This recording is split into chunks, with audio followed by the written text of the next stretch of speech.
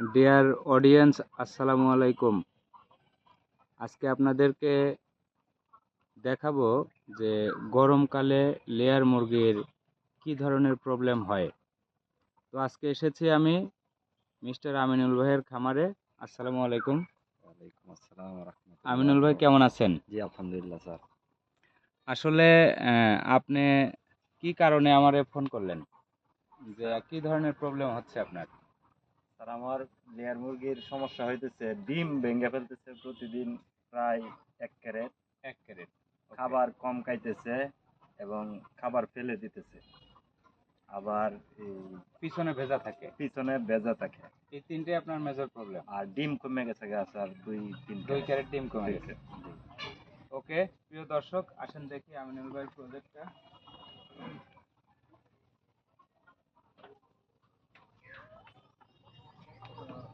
আমিনুল ভাইয়ের এই খামারটি বা এই প্রজেক্টের একটা ভালো দিক হলো এটা এক পিরামিডের ঘর। আমিনুল ভাই, আমার অনেকে জিজ্ঞেস করে যে প্রথম মুরগি করবো ভাই, 1 পিরামিড করবো না 2 পিরামিড করবো। তো পিরামিড বলতে আসলে কি বোঝায়, মানে খাঁচার যেই অংশটা, এটাকে একটা পিরামিড বলা হয়। এই পাশে অর্ধেক, ও পাশে অর্ধেক। পিরামিড বলা হয় কারণ কি নিচের দিকে প্রস্থ থাকে বেশি আর উপরের দিকে ধীরে ধীরে শুরু হয়ে যায়, মিশরের পিরামিডের মতো, তাই না? জি। তো আপনার এখানে মুরগি আছে হলো 890টা। জি স্যার।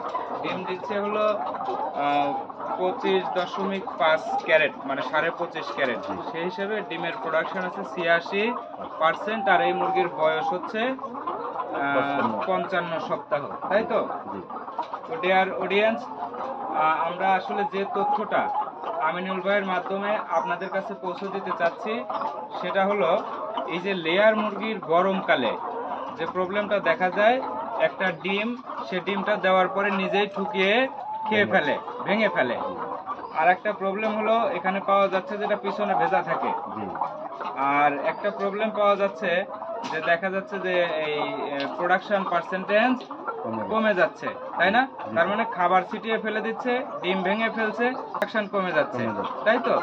তো ডিয়ার অডিয়েন্স, এখানে যে জিনিসটা, যে ঘটনাটা ঘটেছে, গরমকালে মুরগিতে একটু টক্সিসিটি হয়। অতিরিক্ত গরম যখন থাকে তখন মাইকোটক্সিসিটি হয়। এটা কিভাবে হয়?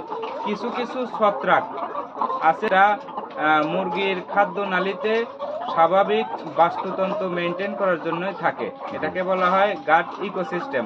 যেমন ধরেন ব্যাকটেরিয়া, ভাইরাস, ছত্রাক, প্রোটোজোয়া এবং আর্চিয়া, এগুলো সুনির্দিষ্ট পরিমাণে মুরগির খাদ্যনালীতে থাকে। কিন্তু পৃথিবীর তাপমাত্রা যখন খুব বেশি বেড়ে যায়, বলা হয় যে higher temperature, not ambient temperature, স্বাভাবিক তাপমাত্রা না, খুব বেশি তাপমাত্রা যখন হয় তখন দেখবেন মুরগিতে ব্যাপক পরিমাণে পাতলা পায়খানা হতে থাকে। কারণ মুরগির খাদ্যনালীর সামনের যে অংশটা, টেম্পোরারি স্টোরেজ, এটাকে বলা হয় ক্রপ। এই ক্রপের মধ্যে এক ধরনের ছত্রাকের জন্ম হয়, যেটা ভিতরেই ছিল কিন্তু সংখ্যায় বেড়ে যায়। তার মানে হলো তাদের মাল্টিপ্লিকেশনটা হয় বেশি, বংশ বিস্তারটা বেশি হয়। তখন খাদ্যনালীতে থাকা অন্যান্য জীবাণুর সংখ্যা, উপকারী জীবাণুর সংখ্যা কমতে থাকে, ক্যান্ডিডা অ্যালবিক্যান্স বাড়তে থাকে। এইটা যখন বেশি হতে থাকে তখন খাদ্য, মুরগির সর্বপ্রথম যে লক্ষণটা দেখা যায়, খাদ্যের প্রতি অরুচি হয়। তখন মুরগি খাবারটা নিয়ে খাবারটা ফেলে দেয়। অনেকেরই কিন্তু এরকম ধারণা আছে যে আমাশা হলে, রক্ত আমাশা হলে এরকম খাবার ছিটায়, কিন্তু না। সবচেয়ে বড় প্রবলেম হলো মাইকোটক্সিকোসিস। তার মানে মুরগি যে খাদ্য খায় গরমকালে, এই সময় প্রচুর পরিমাণ মাইকোটক্সিন তৈরি হয় বডিতে। এই টক্সিনের কারণেই খাবার প্রতি অরুচি হয় এবং খাবার ফেলে দেয়। সুতরাং আমরা চেষ্টা করব মুরগির ঘরের তাপমাত্রাটা সঠিক রাখার। ঠিক আছে আমিনুল ভাই? 2 নাম্বার হলো ডিম ঠুকিয়ে খেয়ে ফেলছে। আপনারা একটা জিনিস মনে রাখবেন যে মুরগি তার জীবন দশায় 3 বার পালক পরিবর্তন করে। প্রথম যখন বাচ্চা নিলাম, এই সময় থেকে 14 দিন পরে দেখবেন যে পালকগুলো একবার উঠে যায়, যেটাকে প্লুমেজ বলে। এরপরে যে পালকটা তৈরি হয় দেখবেন 42, 43 বা 50 দিনের মধ্যে এই পালকগুলো উঠে গিয়ে নতুন আর একটা পালক তৈরি হয়। এই যে 42-43 দিন বা 7 সপ্তাহে যে পালকটা ওঠে, এই পালকটা দীর্ঘদিন থাকে। কতদিন পর্যন্ত থাকে? প্রায় 1 বছর পর্যন্ত মুরগির বয়স। সেটা 52 থেকে 53 সপ্তাহ পর্যন্ত এই পালকগুলা থাকে।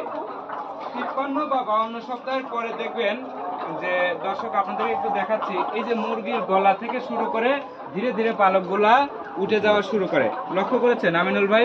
এই যে গলার যে পালকগুলা এখান থেকে ধীরে ধীরে উঠে যাওয়া শুরু করে, তার মানে হলো মুরগির দেহে প্রোটিনের ঘাটতি দেখা দিচ্ছে।